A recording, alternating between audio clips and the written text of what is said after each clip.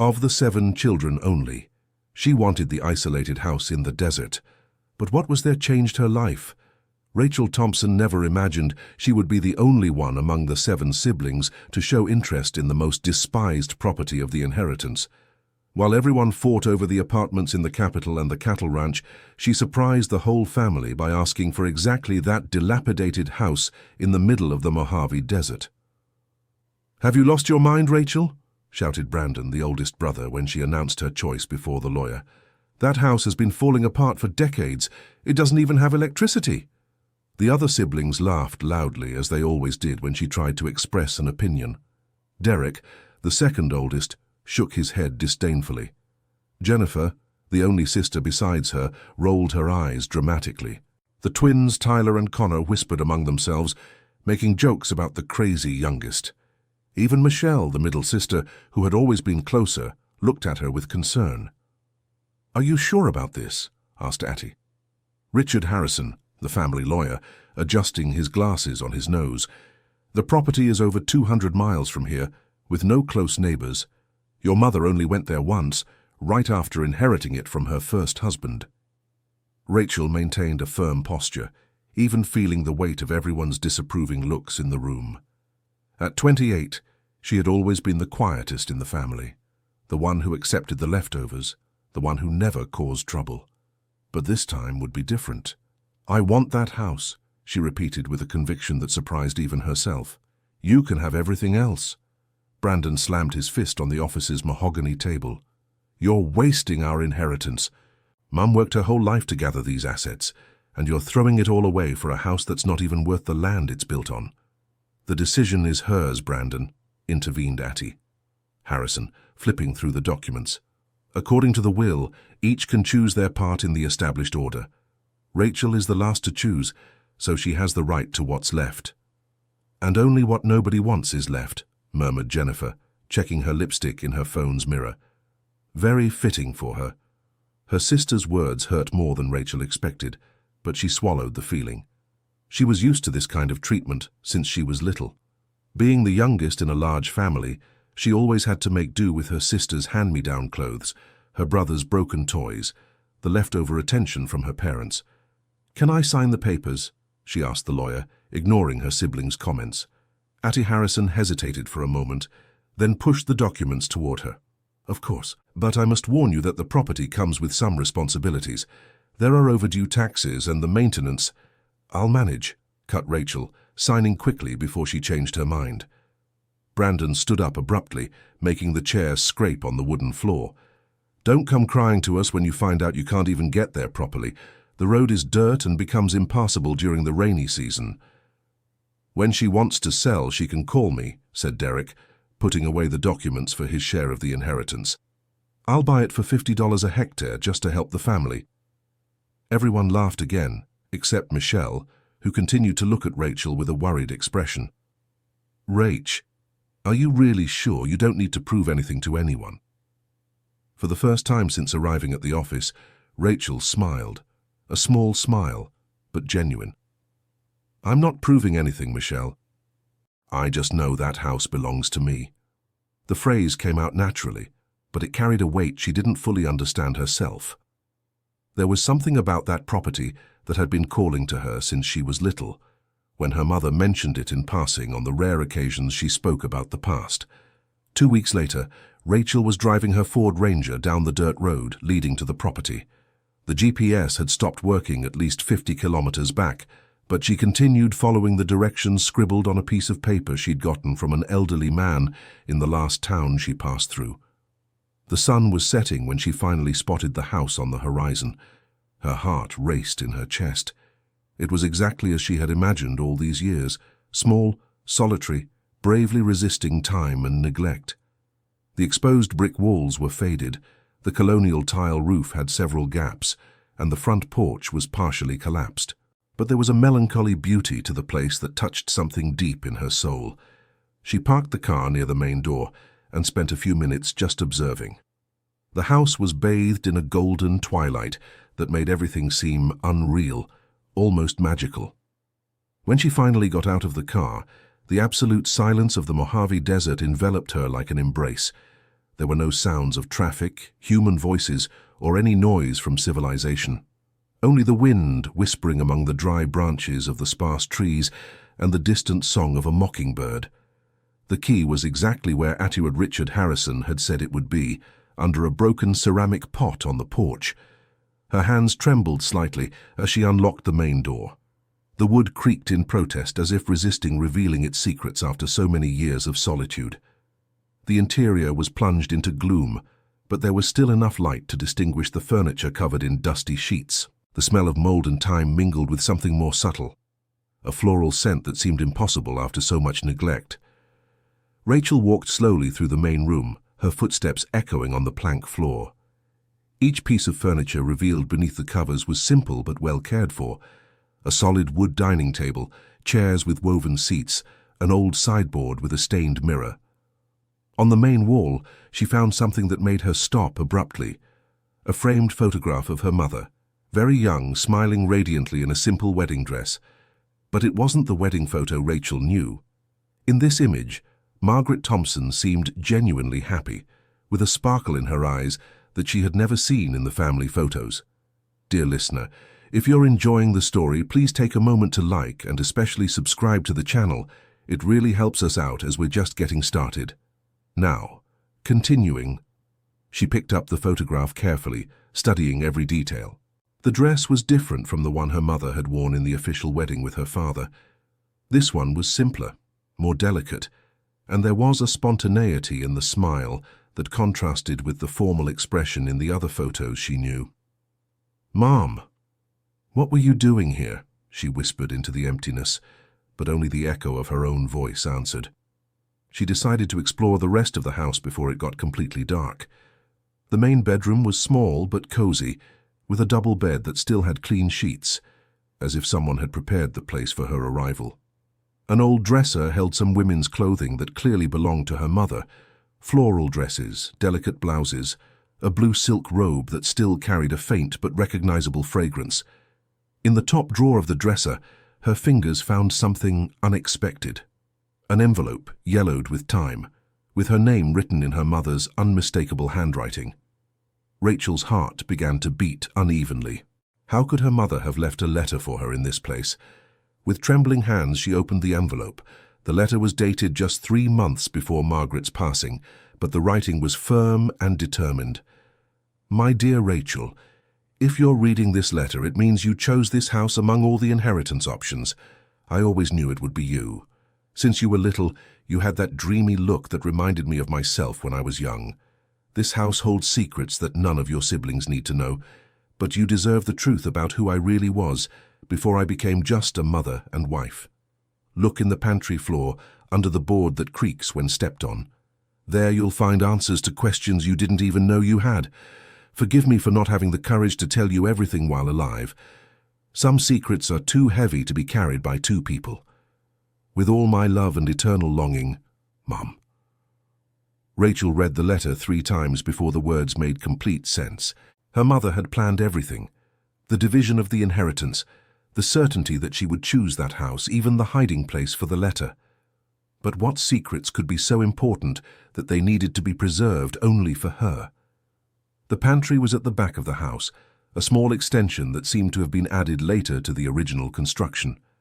The floor was made of narrower boards than the rest of the house, and it didn't take long to find the one that creaked. It was near the back wall, and when Rachel stepped on it, the hollow sound indicated there was an empty space underneath. There were no tools in the house, so she used a knife she found in the kitchen drawer to carefully lift the board. Underneath it, wrapped in plastic, was a small wooden chest that would fit perfectly in her hands. Her heart was beating so hard she could hear it in the silence of the house. She sat on the pantry floor and slowly opened the chest. Inside were dozens of letters tied with satin ribbons, some old photographs, and a small leather-bound diary.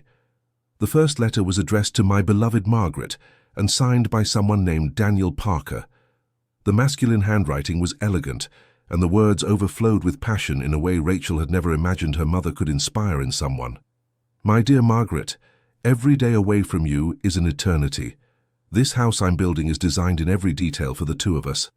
I want it to be our refuge, where we can be just Daniel and Margaret, without the judgmental eyes of the world. I know your family won't approve of our union, but the love I feel for you is greater than any obstacle. When I finish the preparations, we'll come here and finally be free to love without hiding.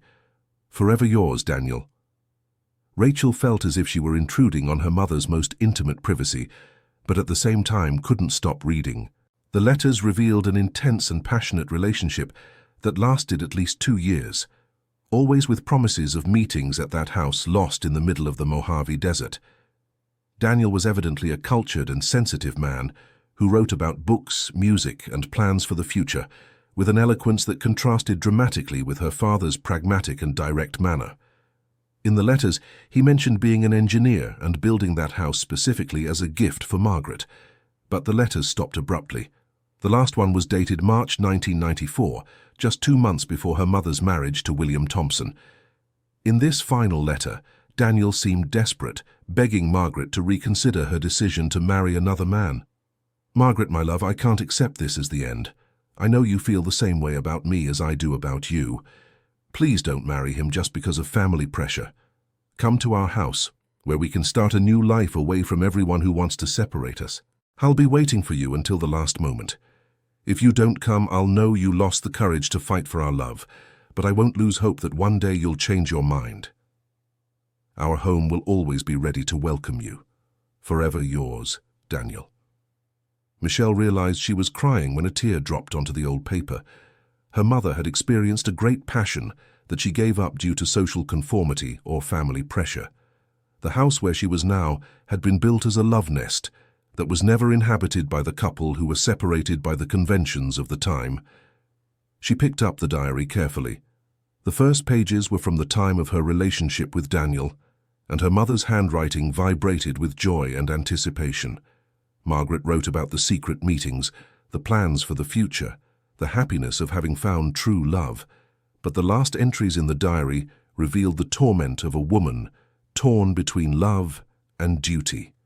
Margaret's family was pressuring her to marry William Thompson, a prosperous merchant who offered financial stability. Daniel, despite being an engineer, came from a humble family and did not have the approval of Margaret's parents. April 15, 1994. I can't sleep anymore. Dad said that if I don't accept William's marriage proposal, he will disinherit me and never want to see me again.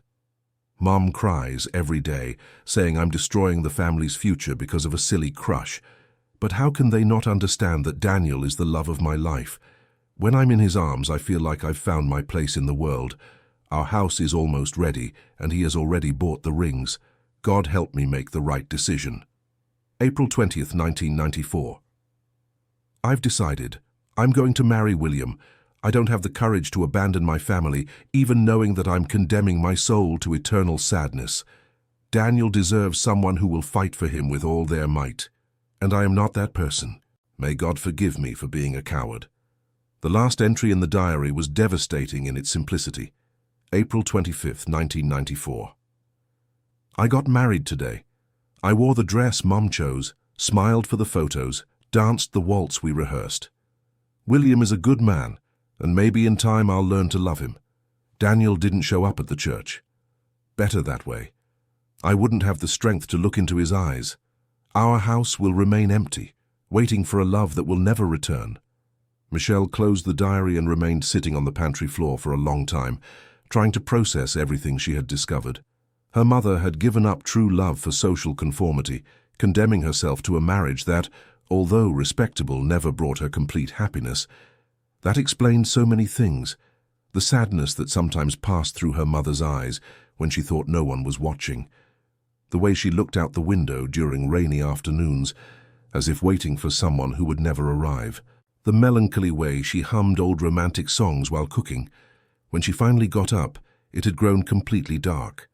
The house was plunged into darkness, and she had to use her cell phone's flashlight to find her way. She decided she would spend the night there.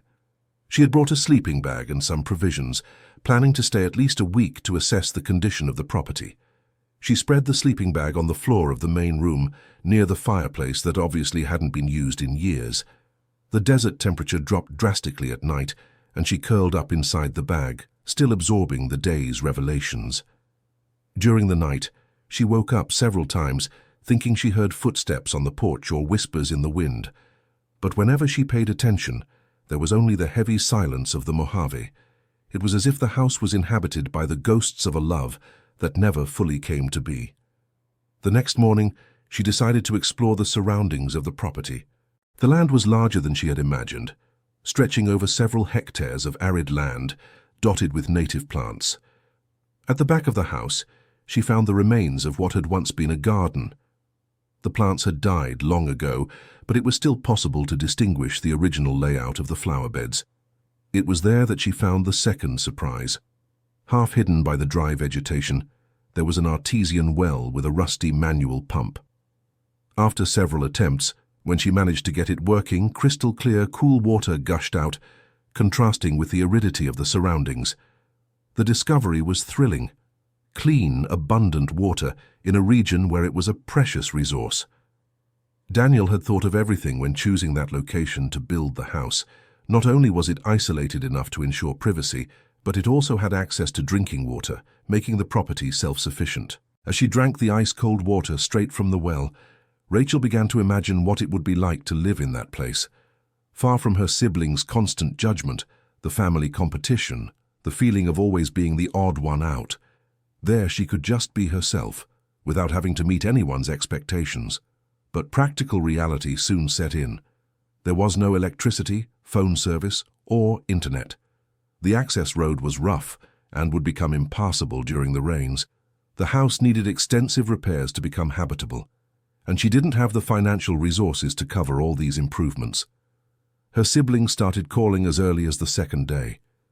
First it was Brandon, trying to convince her to give up the madness and return home. Then Jennifer, offering to take her to a psychologist to talk about this difficult phase. The twins sent mocking messages, and even Michelle called, showing genuine concern. "Rach, you can't isolate yourself like this. What if something happens?" "No one even knows exactly where you are," Michelle said during one of the calls.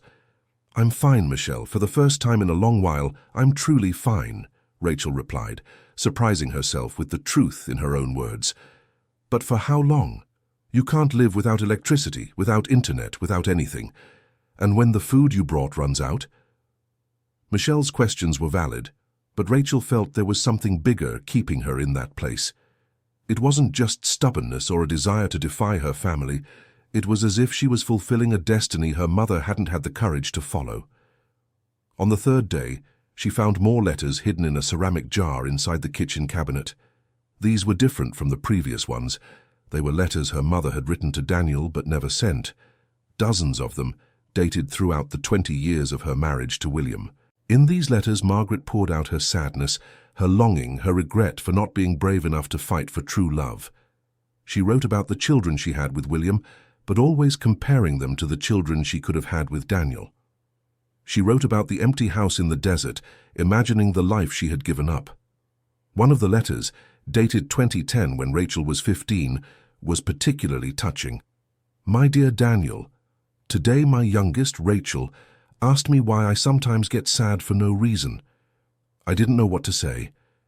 How do I explain to a 15-year-old girl that her mother has carried the weight of giving up true love for 16 years? Rachel has your eyes, you know.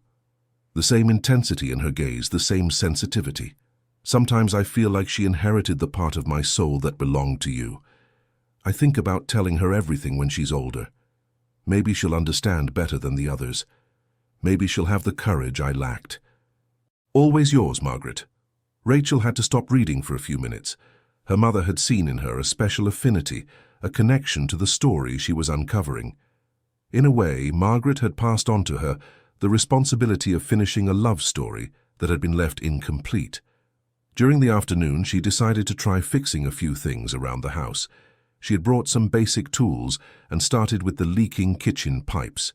The manual work calmed her, giving her something concrete to focus on while processing all the emotional revelations. It was while fixing the faucet that she heard the sound of an engine approaching. Her first instinct was panic. Who could be coming out there? The property was miles from the main road, and she hadn't told anyone the exact address. Through the kitchen window, she saw an old pickup truck kicking up dust on the dirt road. The vehicle stopped near her car, and an elderly man slowly got out. He was tall and thin, with completely white hair and skin tanned by the desert sun. Rachel hesitated between going out to greet him or locking herself inside. She was completely isolated, with no way to call for help if something went wrong. But there was something in the man's posture that conveyed calm rather than threat. He knocked politely on the front door, patiently waiting for her to answer. When Rachel opened it, the man tipped his leather hat in an old-fashioned gesture of respect. "Good morning, miss. My name is Mr. Henry Wilson. I live on the neighboring property, about 10 kilometers from here." 10 kilometers, Rachel said, surprised. "I thought there were no neighbors around here." "Well, the properties are large in these parts," the man smiled. "I came to see if the young lady needed anything. It's rare to have new folks around here." "I'm Rachel Thompson. This house belonged to my mother. She passed away recently." Mr. Henry's face lit up with recognition. "Mrs. Margaret's daughter? My, how time flies. I remember when your mother used to come here with Mr. Daniel." Rachel's heart raced. "You knew Daniel?" "Of course I did. Good young man, hard worker. He built this house himself, brick by brick, had big plans for this place." "What happened to him?" Mr. Henry scratched his grey beard, seeming to choose his words carefully.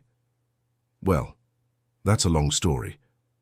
How about we sit on the porch? I brought a thermos of coffee that my wife sent for you." They settled on the porch steps, and Mr. Henry poured steaming coffee into aluminum cups. The liquid was strong and sweet, exactly how Rachel had learned to like it during her childhood in the countryside. "Mr. Daniel showed up around here in 1992, coming from Phoenix," Mr. Henry began. "He said he was looking for a place to build a special house for him and his fiancée. He bought this land and started construction alone, working on weekends and holidays." "He built the house by himself?" "With some help from me and my sons when needed.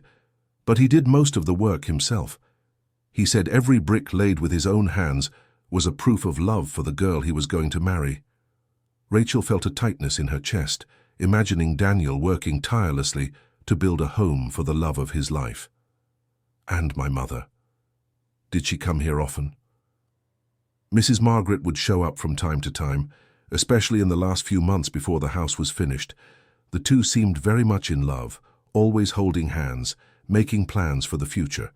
She helped choose the wall colors, the furniture arrangement. But she married another man." Mr. Henry sighed deeply. "That's right. One day Mr. Daniel showed up here crying like a child. He said his fiancée had chosen to marry another young man due to family pressure. He stayed here for a few days trying to decide what to do. And he decided what? He left. Said he couldn't stay in Arizona knowing that Mrs. Margaret would be married to another man. He left the house as it was, with all the furniture and everything, and moved on." "Do you know where he went?" "I heard he went down south, New York maybe, or Los Angeles. We never heard from him again."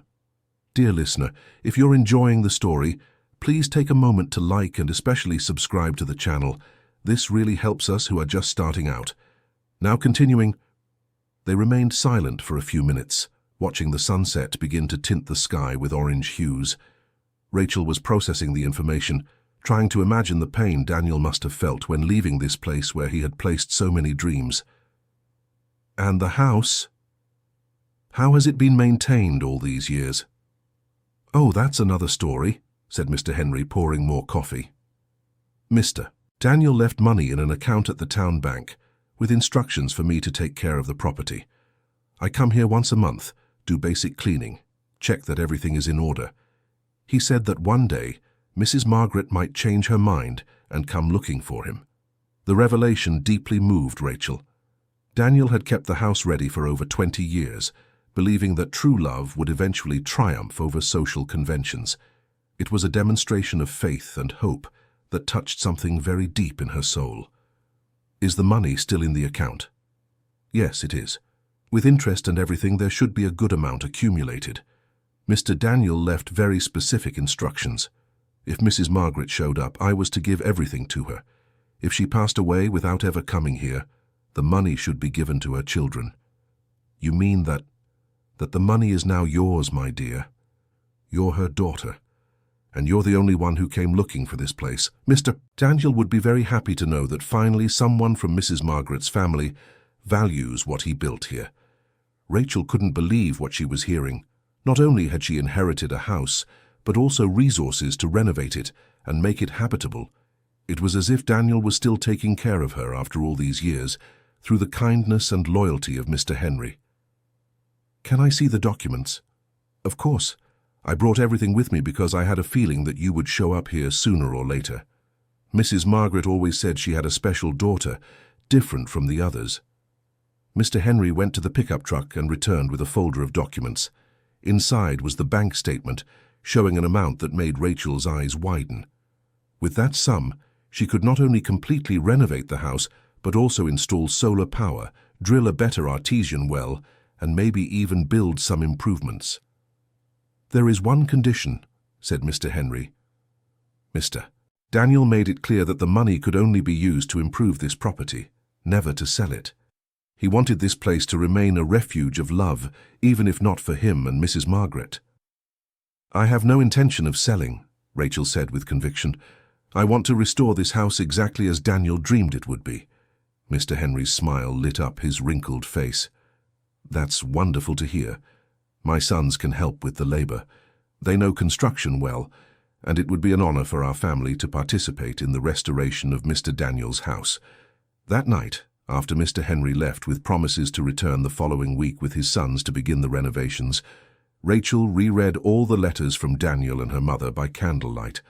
Now that she knew the end of the story, the words carried even greater weight. She began to understand that her presence in that place was no coincidence. Somehow her mother had orchestrated everything so that she would discover the truth and perhaps bring a positive closure to a love story that had remained incomplete. Not the love between Daniel and Margaret, which belonged to the past, but the self-love that Rachel was learning to cultivate. During the following days, Mr. Henry's sons, Nathan, Connor, and Aaron, arrived with their tools and began the restoration work. They were simple, hard-working men who treated the house with the same care they would show their own home. Rachel learned a lot working alongside them. She discovered she had a knack for painting and gardening, and that there was immense satisfaction in seeing the house coming back to life. Each painted wall, each repaired window, was a step toward realizing Daniel's dreams. During lunch breaks, Nathan would tell stories he'd heard from his father about the time of the original construction. "Dad says Mr. Daniel used to work while singing. There was always music playing on an old radio, and he would hum along while laying the bricks." The image of Daniel building that house with music and joy contrasted painfully with the tragic end of his plans. But Rachel decided the restoration would be done in the same way, with joy and hope, honoring the memory of the love that motivated the original construction. 3 weeks after her arrival, the house was already unrecognizable. The walls shone with new paint, the windows had been repaired and glazed, the roof no longer leaked, the electrical system had been redone to run on solar power, and the well's water system was working perfectly. But it was when they started working on the garden that Rachel made the most surprising discovery. Nathan was digging a flower bed in the backyard when his shovel hit something solid, buried in the soil. "There's something here," he said, digging more carefully. "It looks like a box." It was a chest larger than the previous one, buried less than a meter deep.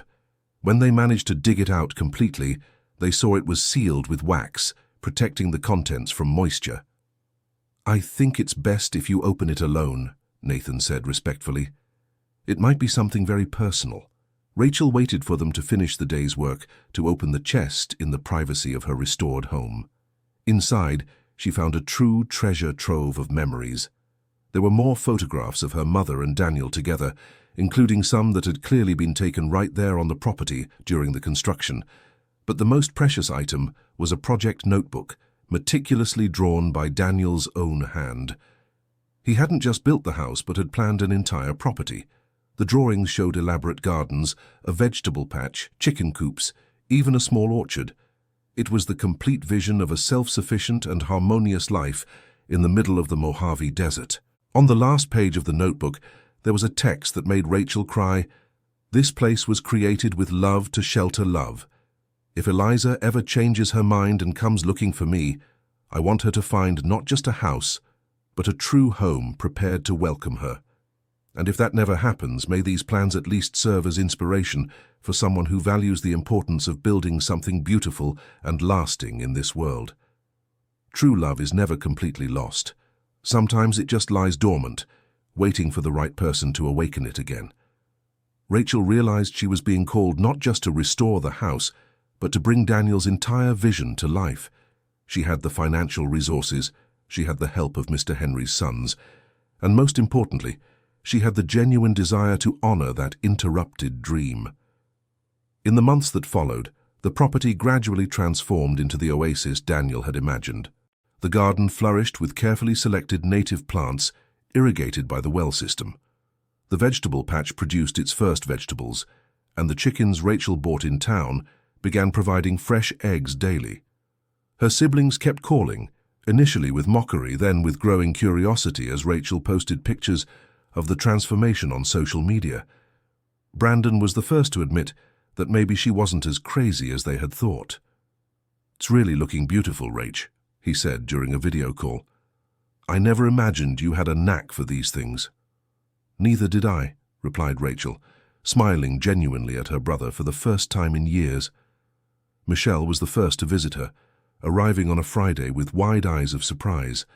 The house she expected to find in ruins had been transformed into a welcoming and charming home, surrounded by lush gardens that seemed impossible in that arid landscape.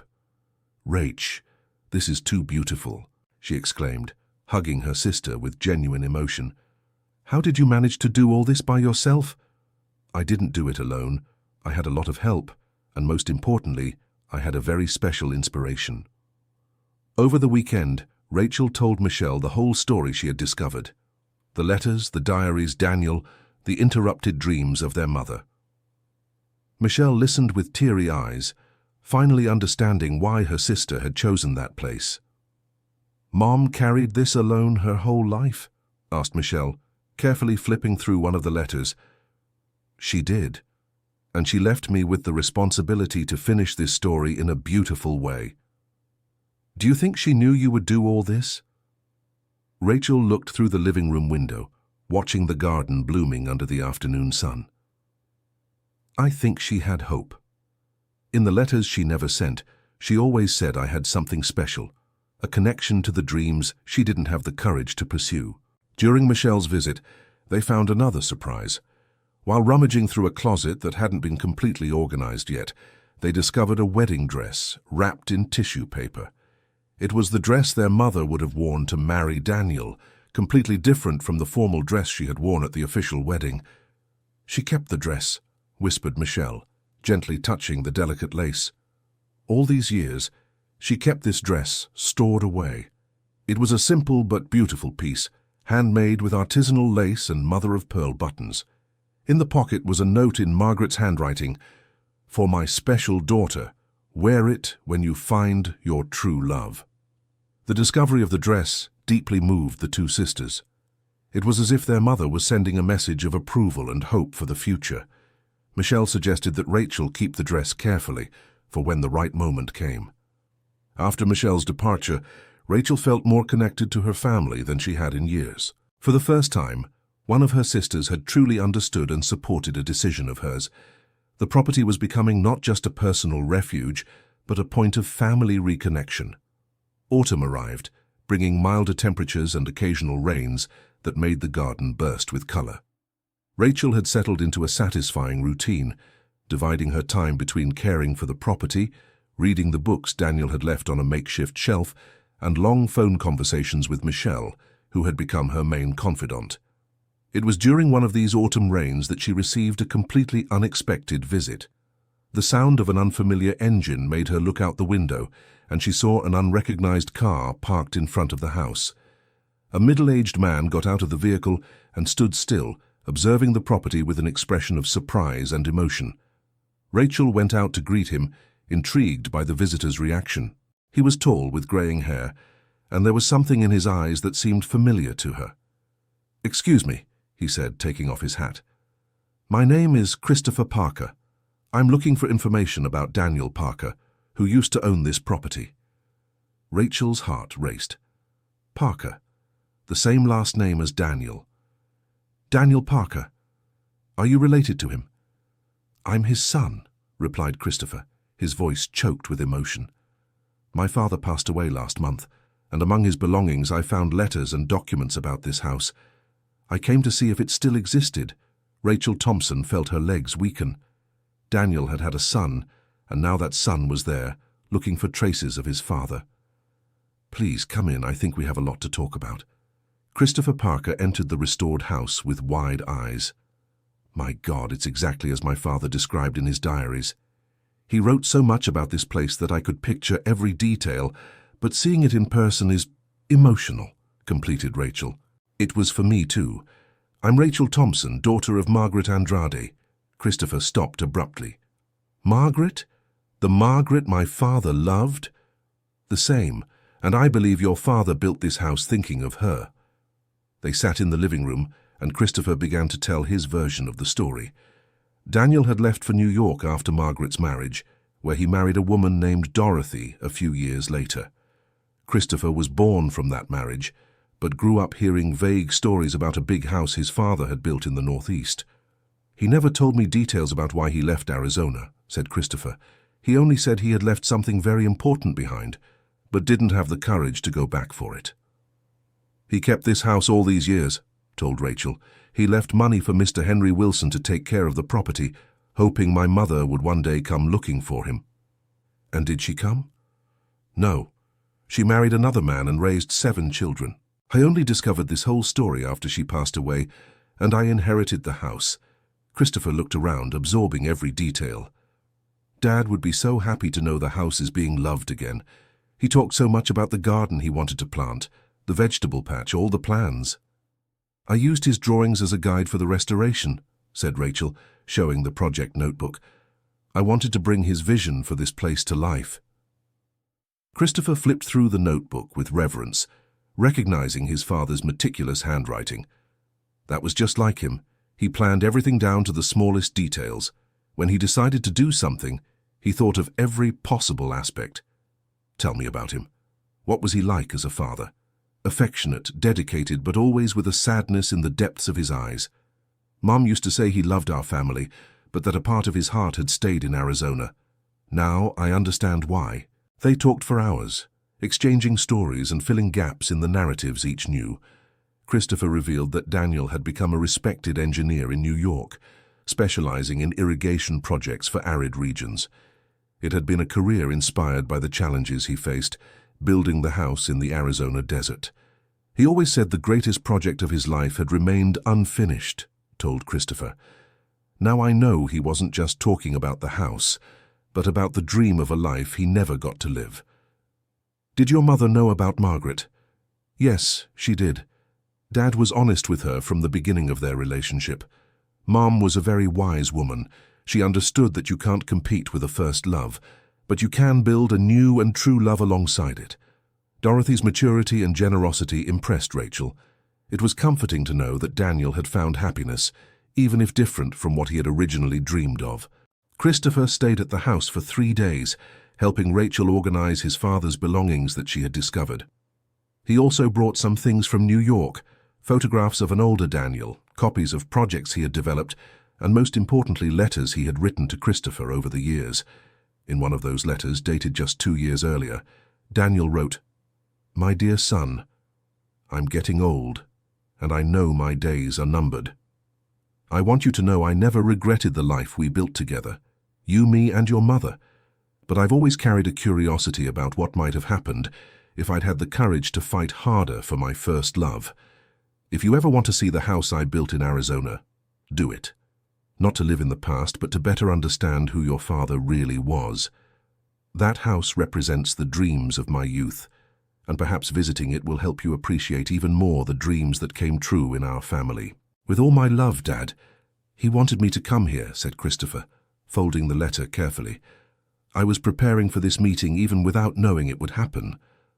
On the last day of Christopher's visit, they walked together through the property, observing how Daniel's dreams had finally come true, even if in a different way than he had imagined.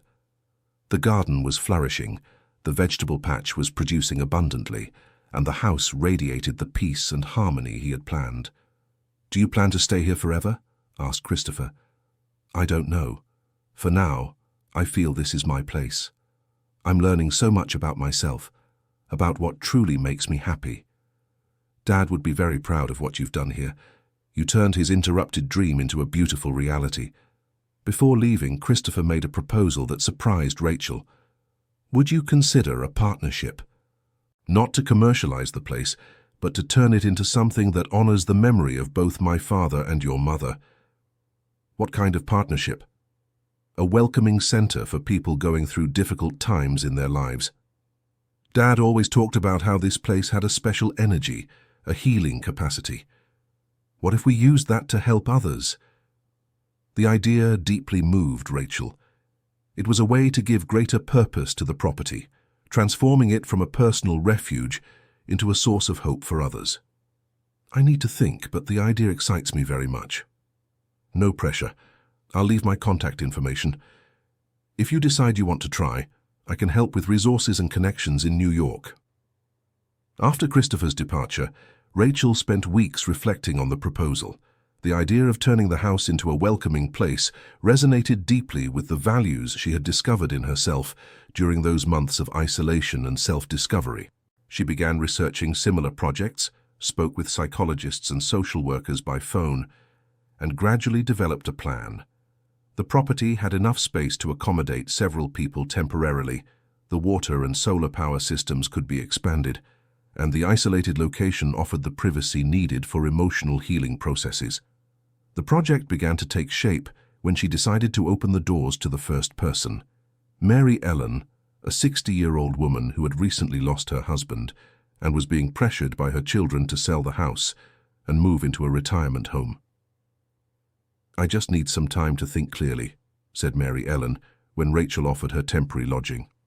"My children think I'm incapable of making decisions for myself."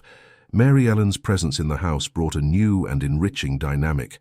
The woman was an excellent cook and gardener, actively contributing to the maintenance of the property, while processing her grief and making decisions about her future.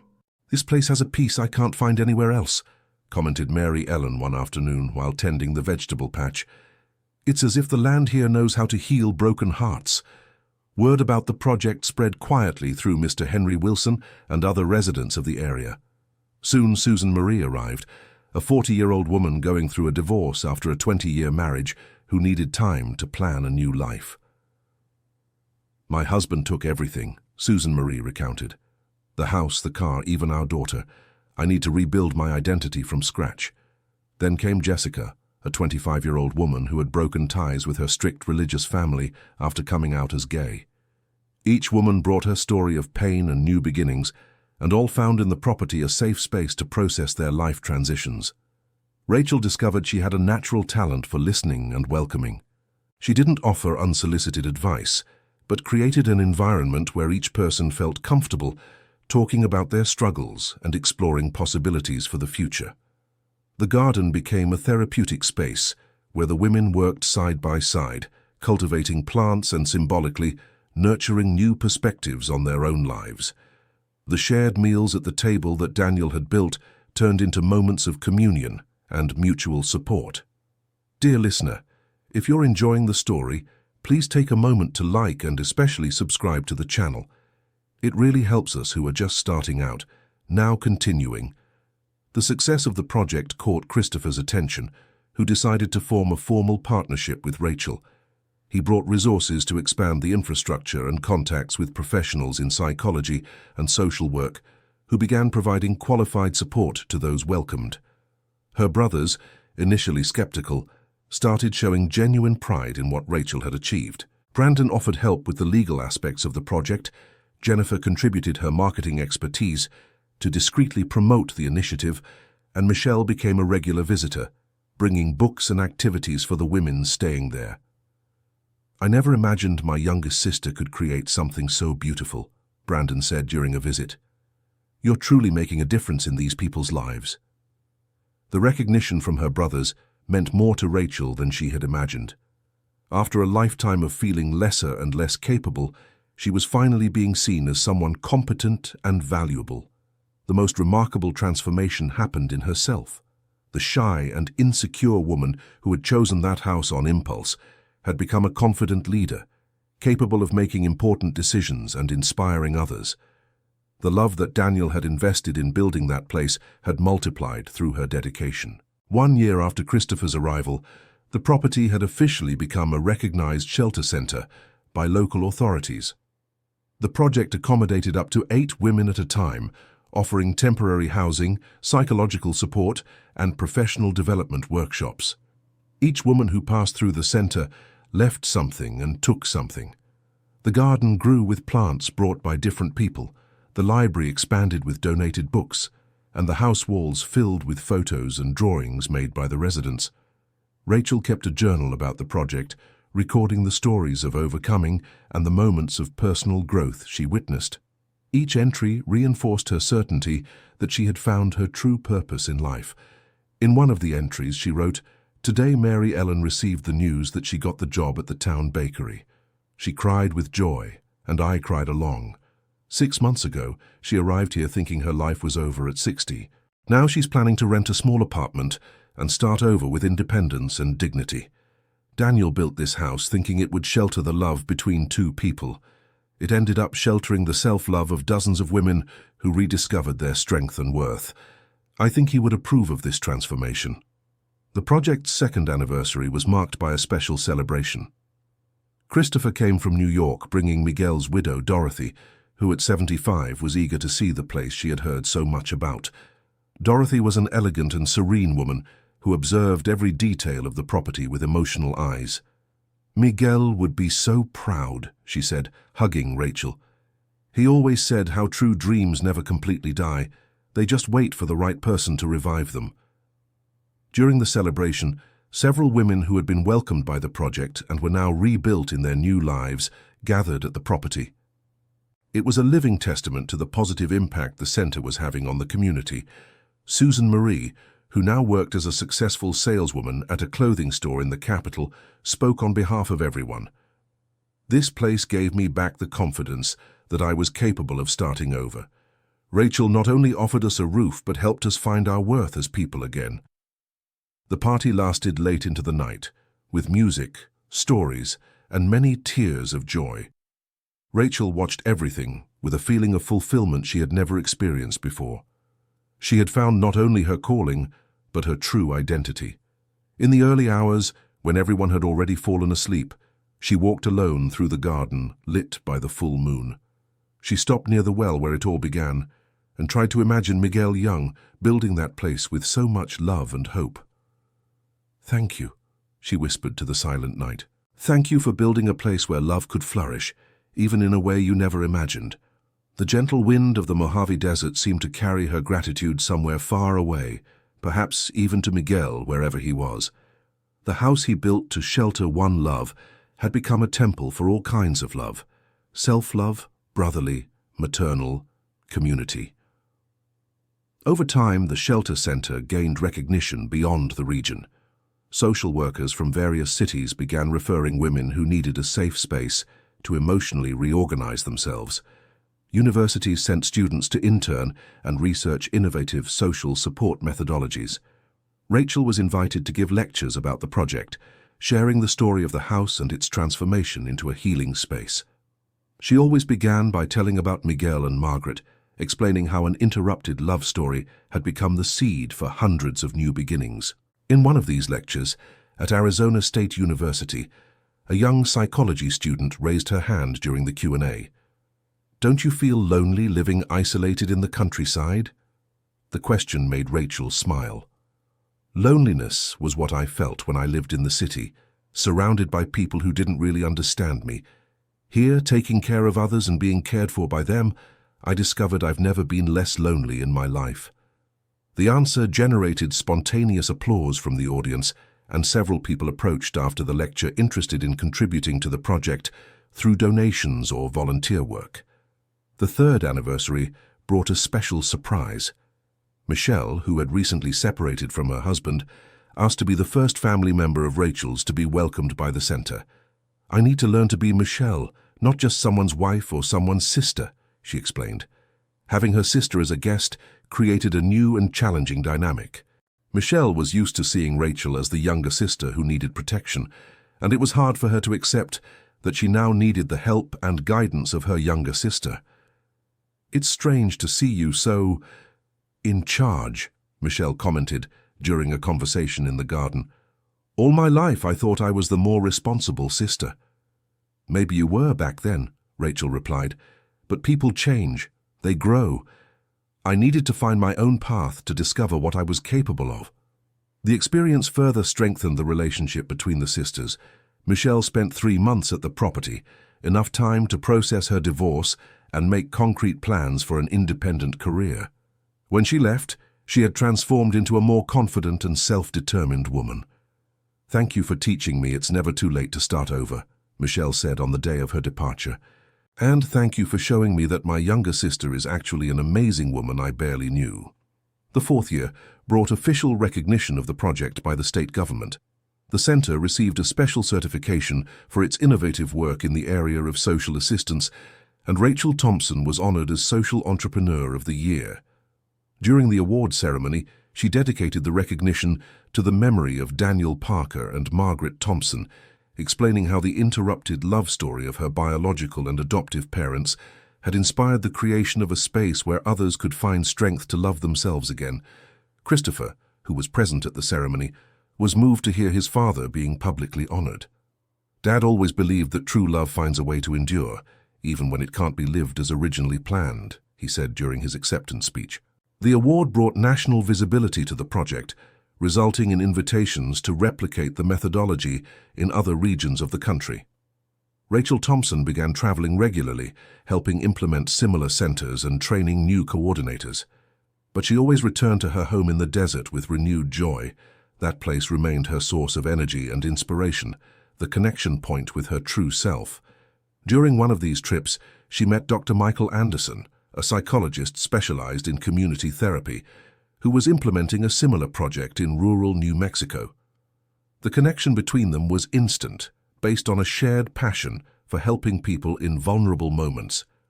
Michael began visiting the property regularly, initially for professional consultations, then to get to know the extraordinary woman behind the project better. Rachel Thompson discovered she was developing feelings for someone for the first time since arriving at that place.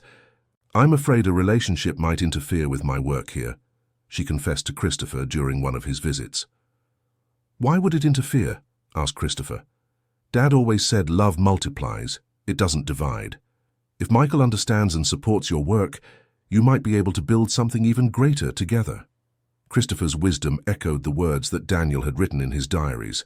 True love didn't compete with other loves, but enriched and strengthened them. Rachel Thompson decided to give the relationship a chance, establishing from the beginning that her priority would always be the Shelter Center project. Michael not only understood, but was eager to contribute with his professional expertise. The relationship flourished naturally, without rush or pressure. Michael spent weekends at the property, helping with group therapy workshops and bringing a professional perspective that enriched Rachel Thompson's work. The women sheltered by the center immediately approved of Michael. He had a caring and respectful way of interacting, never being paternalistic or condescending. His presence added a balanced family dynamic to the environment. "You two were made for each other," commented Jessica, who had returned for a visit after successfully settling in her new city. "You managed to be partners without one diminishing the other." On the project's 5th anniversary, Michael proposed to Rachel Thompson during the celebration party, in front of all the women who were part of the center's extended community. The proposal was simple and sincere, exactly as she had always dreamed. "I want to spend the rest of my life helping you turn interrupted dreams into beautiful realities," said Michael, kneeling in the garden that had become a symbol of renewal and hope. The wedding took place 6 months later, on the property itself, with a simple ceremony officiated by the priest from the nearest town. Rachel wore the dress her mother had saved for her, lovingly adjusted by the women staying at the center at the time. Christopher walked Rachel to the makeshift altar in the garden, representing both Daniel and William, the two men who had influenced the story that led to that moment. The emotion of all present was palpable. This wasn't just the celebration of a wedding, but the culmination of a journey of discovery and transformation. Her siblings were all there, finally acknowledging and celebrating the remarkable woman Rachel had become. Brandon gave an emotional speech, admitting he had always underestimated his younger sister and apologizing for years of disregard. Rachel taught us that sometimes the person who seems weakest is the one with the greatest inner strength, said Brandon. This place is proof that she saw possibilities where we only saw problems. The wedding celebration lasted until dawn, with music, dancing, and stories shared under the desert stars. It was a celebration not only of the love between Rachel and Michael, but of the greater love that had turned an abandoned house into a symbol of hope. During their honeymoon, which they spent visiting other social projects across the country, Rachel reflected on the journey that had brought her there. 5 years earlier, she was an insecure and invisible woman who had chosen a dilapidated house on impulse. Now she was a respected leader, a beloved wife, and a transformative force in the lives of hundreds of people. "Do you think Daniel and your mother would approve of what we've done with their place?" Michael asked as they visited a shelter for homeless youth in Santa Fe. "I'm sure they would," Rachel replied. "Their love planted a seed that took decades to sprout, but when it finally did, it bore fruit that will nourish many people for generations." Upon returning to the property, they found a new surprise. Dorothy, Daniel's widow, had decided to move permanently to Arizona and wanted to join the project as a permanent volunteer. At 76, she still had much to contribute and wanted to spend her final years helping to perpetuate her husband's legacy. "Daniel always said this house had a special purpose," Dorothy explained. "Now I know what that purpose was, and I want to be part of it." Dorothy's presence brought a rich historical dimension to the center. She had many stories about Daniel to share, and her life experience was invaluable in counseling older women arriving at the center facing identity crises after late divorces or widowhood. The 6th anniversary marked a new phase for the project.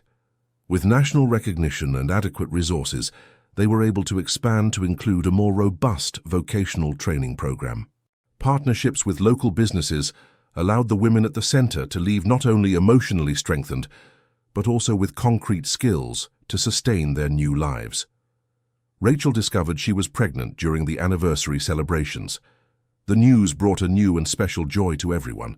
The child on the way would grow up in that environment of love and support, surrounded by aunts who had learned to value the importance of supporting and nurturing one another. "This child will have the most love-filled childhood any child could have," commented Michael, hugging Rachel while they watched the women at the center excitedly planning the baby's room. Rachel's pregnancy coincided with the arrival of one of the most touching stories the center had ever received. A 17-year-old girl appeared, thrown out of her home by her parents after getting pregnant. Caring for someone going through the same experience, but under such different circumstances, brought a new perspective on motherhood. "My baby will be born surrounded by love, while hers will be rejected by her own family," Rachel reflected. "I need to make sure she feels equally loved and welcomed here." The young woman named Emily Grace, initially resistant and distrustful, gradually opened up to the affection offered by the center's community. Seeing Rachel pregnant and happy gave her hope that she too could build a good life for her child, even starting so young and without family support. The birth of Daniel Thompson Anderson, a name chosen in honor of the house's builder, was celebrated by the entire center community. The baby literally was born in a house built by love, surrounded by women who had learned to love themselves again. Dorothy, as the oldest person present at the birth, was the first to hold the baby in her arms. "Daniel Parker would be so moved," she whispered with tears in her eyes. "His dream that this house would shelter love has finally been fulfilled in every possible way." Emily Grace gave birth 2 months later, and the experience of having 2 young children at the center completely transformed the place's dynamic. The other women took turns caring for them, creating a maternal support network that benefited not only the mothers, but everyone who participated. "I never thought a place where people come to heal wounds could be so full of joy," commented Dr. Michael, watching the women sing lullabies to the 2 babies. The center had evolved from a refuge for women in crisis to a complete community, where people from different generations learned from each other and built chosen family bonds. It was exactly the kind of welcoming and nurturing environment Daniel had dreamed of when he built that house with his own hands. As little Daniel grew, the property filled with the sounds of childhood that wonderfully contrasted with the contemplative quiet that had characterized it before. His presence reminded everyone that life goes on, that new loves and dreams can always be born even in places marked by past losses. Emily Grace decided to stay permanently in the area, getting a job in the nearest town and renting a simple little house, but maintaining close ties with the center. Her son and Rachel's son grew up like brothers, symbolizing how love can create family bonds that transcend biology or birth circumstances. On the project's 7th anniversary, a proposal arrived that would test all the values Rachel had built. A group of investors offered an extraordinary amount to buy the property and turn it into a luxury resort, arguing that the unique location and already developed infrastructure were perfect for high-end tourism. "It's an opportunity to become rich and still help many people with the money," argued one of the investors during the proposal presentation. "You could open 10 welcome centers in other cities with this amount." The offer was tempting from a financial standpoint, but Rachel knew instinctively that accepting would betray everything that place stood for. The property wasn't just a physical space that could be replicated, it was a symbol of resistance, transformation, and faithfulness to true dreams. "This house was built for love, not for profit," Rachel replied firmly. "And it will continue to be used for purposes of love, not to enrich speculators." The refusal was unanimously supported by everyone connected to the project: Christopher, Michael, Dorothy, Mr. Henry, and especially the women who had found renewal in that space. They organized a campaign to register the center as a cultural heritage site of the region, ensuring legal protection against future commercialization attempts. The 8th year brought international recognition. The story of the center was documented in a doctoral thesis on innovation in social assistance, and Rachel was invited to present the project at a United Nations conference on sustainable community development. During her presentation in Geneva, she told the full story, from Daniel building the house with love, through her mother's sacrifice to the transformation of the place into a center for human renewal. The international audience was visibly moved, and several countries expressed interest in adapting the methodology to their own realities. "What makes our project special isn't just the techniques we use," Rachel explained during the conference. "It's the fact that it's rooted in a real story of love, loss, and redemption. It can't simply be copied without understanding that its strength comes from emotional authenticity." The international recognition brought resources and partnerships that allowed expanding the project without compromising its essence. Exchange programs were created with similar organizations in other countries, enriching the experience of the sheltered women with diverse cultural perspectives. Daniel Jr. turned 3 exactly on the center's 9th anniversary, running through the garden with the typical energy of his age and filling the property with laughter and play. His presence was a constant reminder that this place had truly become a home, not just a temporary shelter. Emily Grace, who now worked as the project's assistant coordinator, watched the 2 boys play with emotion. "They'll never know what it feels like to be rejected or without a place in the world," she commented. "They're growing up knowing there will always be a place where they're loved unconditionally." During a project evaluation meeting, Michael suggested officially documenting the center's complete history for future generations. "The children growing up here deserve to know the full saga that led to the creation of this place," he argued. "It's too valuable an emotional heritage to be lost." Rachel began writing the memoirs, starting with the story of Daniel and Margaret and continuing to the present. The writing process made her relive every stage of the journey, from the insecure young woman who had chosen a dilapidated house to the fulfilled woman who now coordinated an internationally recognized project. Dorothy, at 80 years old, contributed her own memories of Daniel, adding precious details about the man behind the romantic legend. "He would be very happy to know his house became a symbol of hope for so many people," she said during one of the writing sessions. "And he'd be even happier knowing Margaret finally found peace through her daughter." The project's 10th anniversary was celebrated with a large gathering that brought together over 200 people who had been touched in some way by the initiative. Former residents who now had prosperous lives, professionals who had worked as volunteers, Rachel's family members, representatives of partner organizations, and local authorities gathered to honor a decade of social transformation. Brandon, who had become one of the project's most enthusiastic supporters after years of skepticism, gave a speech that moved the entire audience. "My sister taught us that true success isn't measured by what we accumulate, but by what we manage to multiply. This place is proof that a generous heart can transform not only one's own life but the lives of hundreds of others." During the celebration, the creation of a permanent fund was announced to ensure the project's sustainability for future generations. Contributions from former beneficiaries, national and international donors, and governments created a solid financial foundation that would allow the center to continue its work regardless of economic circumstances. Rachel, now 38 years old, watched the festivities from the high balcony where everything had begun 10 years earlier. The insecure and invisible woman who had opened that rusty door had given way to a confident leader, a happy wife, a fulfilled mother, and a transformative force in the lives of hundreds of people. "We did it," she whispered to Michael, who stood beside her observing the same scene. "We turned a story of lost love into a saga of multiplied love." "Daniel and his mother must be very proud," Michael replied, embracing her waist. "And our son will grow up knowing he belongs to a lineage of courageous people who never give up on their dreams." As the party continued into the garden, with music, dancing, and much joy, Rachel paid one last quiet visit to the room where she had found the first letters. The room now served as the center's library, but she still kept the original photograph of her mother, young and radiant, on the main wall. "Thank you, Mom," she whispered to the photograph.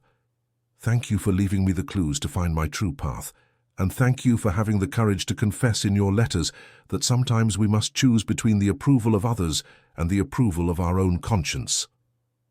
A gentle breeze entered through the window, delicately moving the curtains and creating a play of light and shadow that for a moment made the smile in the photograph seem to become even more radiant. It was as if Margaret was finally at peace, knowing that her story of interrupted love had blossomed into a story of endless love. End of story. So what did you think of this story of overcoming and love? Tell us in the comments what moved you most about Rachel's journey. Do you believe she made the right decision in choosing that mysterious house? Leave your honest opinion. We love reading every comment. Don't forget to like and especially subscribe to the channel so you don't miss other touching stories like this one.